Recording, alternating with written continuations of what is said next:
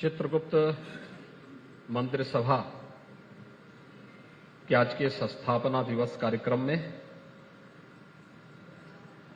मंच पर उपस्थित प्रदेश सरकार में मेरे सहयोगी वन एवं पर्यावरण विभाग के मंत्री श्री अरुण कुमार सक्सेना जी,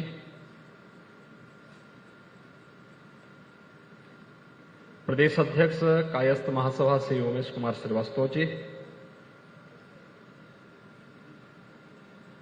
चित्रगुप्त मंदिर सभा के पूर्व अध्यक्ष श्री हरिनंदन लाल श्रीवास्तव जी, डॉक्टर ओपी वर्मा जी, चित्रगुप्त मंदिर सभा के अध्यक्ष श्री सत्यव्रत लाल श्रीवास्तव जी, कालीबाड़ी के महंत जी और आज के इस कार्यक्रम में उपस्थित चित्रगुप्त मंदिर और कायस्थ महासभा से जुड़े हुए सभी पदाधिकारी और उपस्थित भाइयों बहनों,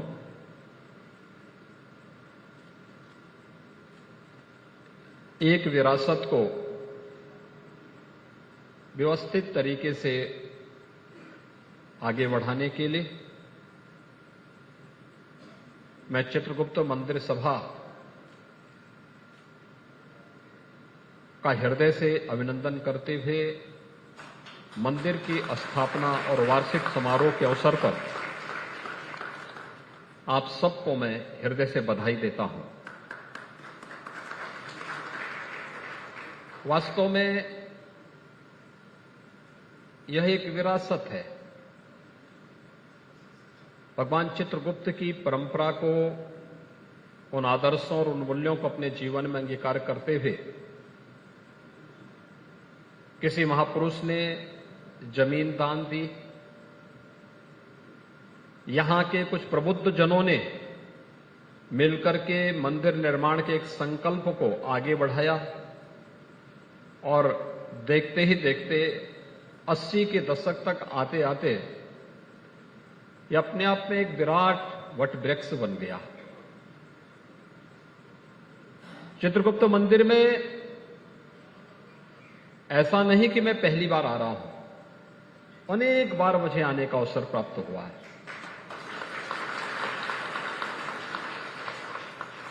और हर बार वही आत्मीयता, वही एक भावनात्मक लगाव जो आपके पूर्वजों ने गोरखपुर के लिए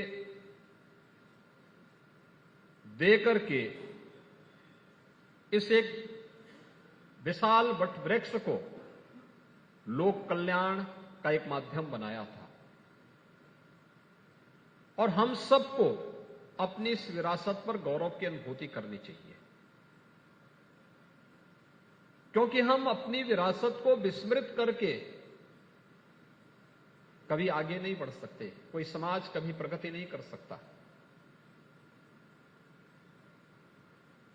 आज अनेक महत्वपूर्ण पदों पर और अलग अलग प्रतिष्ठित स्थानों पर कायस्थ महासभा से जुड़े हुए पदाधिकारी हैं,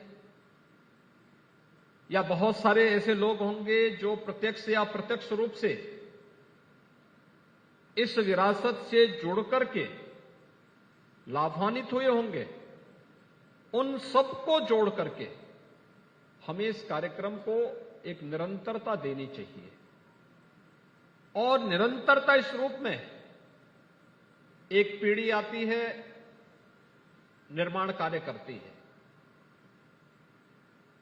अगली पीढ़ी का दायित्व बनता है कि जो हमें विरासत में मिला है उसका हम संरक्षण करते हुए न केवल उसे सुरक्षित रखें बल्कि उसमें अभिवृद्धि करने के लिए हमारे स्तर पर क्या प्रयास हो सकता है। अगर हर पीढ़ी उसमें कुछ अभिवृद्धि करती हुई दिखाई दे तो यही विकास है। विकास की उसी प्रक्रिया के साथ जुड़ना, उसी प्रक्रिया के साथ वर्तमान पीढ़ी को उसके लिए प्रेरित करना,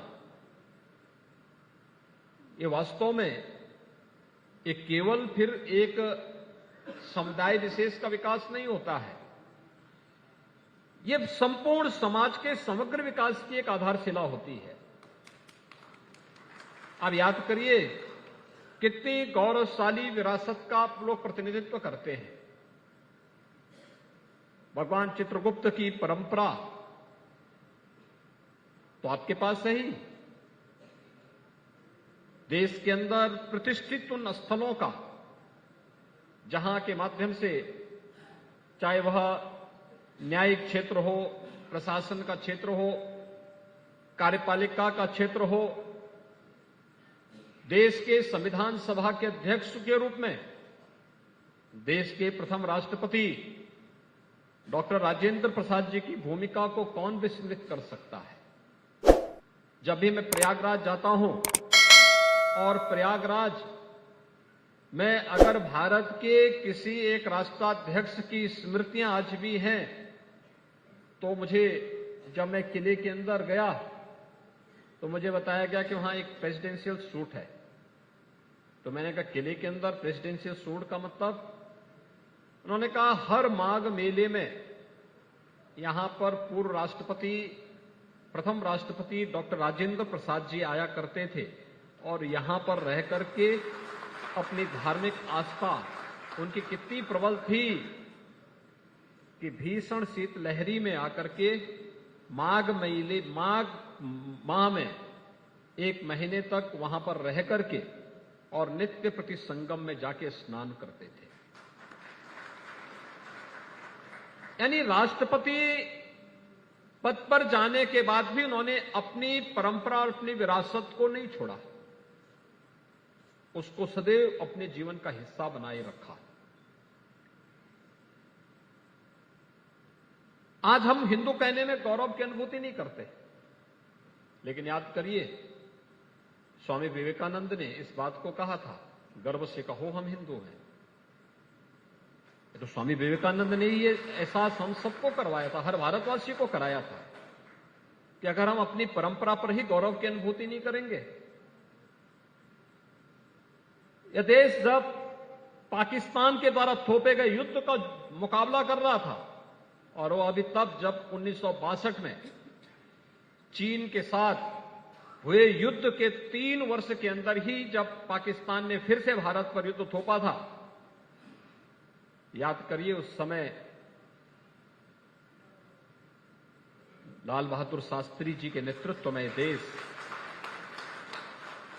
बहादुर सेना जिस मजबूती के साथ लड़ी थी, पाकिस्तान के छक्के छुड़ा दिए थे। देश ने विजयश्री को वर्ण किया था। देश में खाद्यान्न आत्मनिर्भरता के लक्ष्य को लेकर के उनके शब्द इस देश के लिए मंत्र बनकर के उभरे थे। देश की आजादी के लिए तुम मुझे खून दो, मैं तुम्हें आजादी दूंगा, यह आह्वान नेताजी सुभाष चंद्र बोस ने दिया था। कौन ऐसा भारतीय होगा जो इस पे गौरव की अनुभूति न करता हो। एक समृद्ध विरासत हमारे साथ जुड़ी हुई है, और वह विरासत है राष्ट्र सेवा की, राष्ट्र समर्पण की, राष्ट्रभक्ति की, भारतीयता के प्रति पूर्ण समर्पण के भाव की, जिस पर हर भारतीय अपने आप को गौरव की अनुभूति कर सकता है। और मुझे विश्वास है कि चित्रगुप्त मंदिर स्थापना काल से ही उस राष्ट्रीय प्रेरणा और राष्ट्रभक्ति की ही स्थली के रूप में अपने आप को स्थापित करते हुए निरंतर समाज के हर तबके को एक नई ऊर्जा प्रदान करता है। और इसलिए यहां पर अगर उत्तर प्रदेश शासन के स्तर पर हम लोगों को कुछ कंट्रीब्यूशन करने का अवसर प्राप्त हुआ है, तो ये तो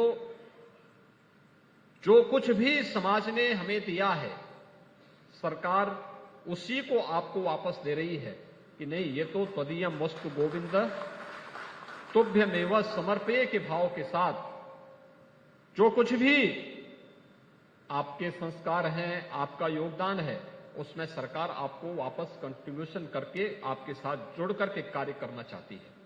और वही आश्वासन देने के लिए आज मैं आपके बीच में आया हूं। ये संजोग है कि जब मेरे सामने प्रस्ताव आया था तो आज के इस कार्यक्रम के साथ मुझे आज जुड़ने का सौभाग्य प्राप्त हो रहा है और मैं आप सबको इस बात के लिए आश्वस्त करता हूं कि मेरे सामने जो भी प्रस्ताव चित्रगुप्त मंदिर, मुंशी प्रेमचंद जी, फिराक गोरखपुरी जी या इस समृद्ध परंपरा के बारे में जो कुछ भी करने का अवसर राज्य शासन को प्राप्त होगा, हमें इसमें प्रसन्नता की अनुभूति होगी और हम लोग इसमें भरपूर सहयोग करेंगे। मैं एक बार फिर से आप सभी का आह्वान करूंगा कि हमें अपनी इस समृद्ध परंपरा पर, विरासत पर गौरव की अनुभूति करनी चाहिए। उसे किसी उन संकीर्ण दायरों में कैद करके नहीं, उसमें एक विराटता का दर्शन करवा करके संपूर्ण समाज को एकजुट करके एक बेहतर तरीके से उसे नेतृत्व देने की आवश्यकता है। इस दिशा में आप सभी मिलकर के कार्य करेंगे। आपके इस स्थापना दिवस के अवसर पर मैं एक बार फिर से आप सभी को हृदय से बधाई देता हूं। चित्रगुप्त मंदिर सभा का आभार व्यक्त करता हूं कि उन्होंने बहुत शॉर्ट नोटिस पर इतना बड़ा और भव्य कार्यक्रम यहां पर आयोजित करके विकास की इस प्रक्रिया के जोड़ने के साथ के लिए अपनी प्रतिबद्धता को यहां पर दोहराने का कार्य किया है। आप सबके प्रति मेरी शुभकामनाएं। धन्यवाद। जय हिंद।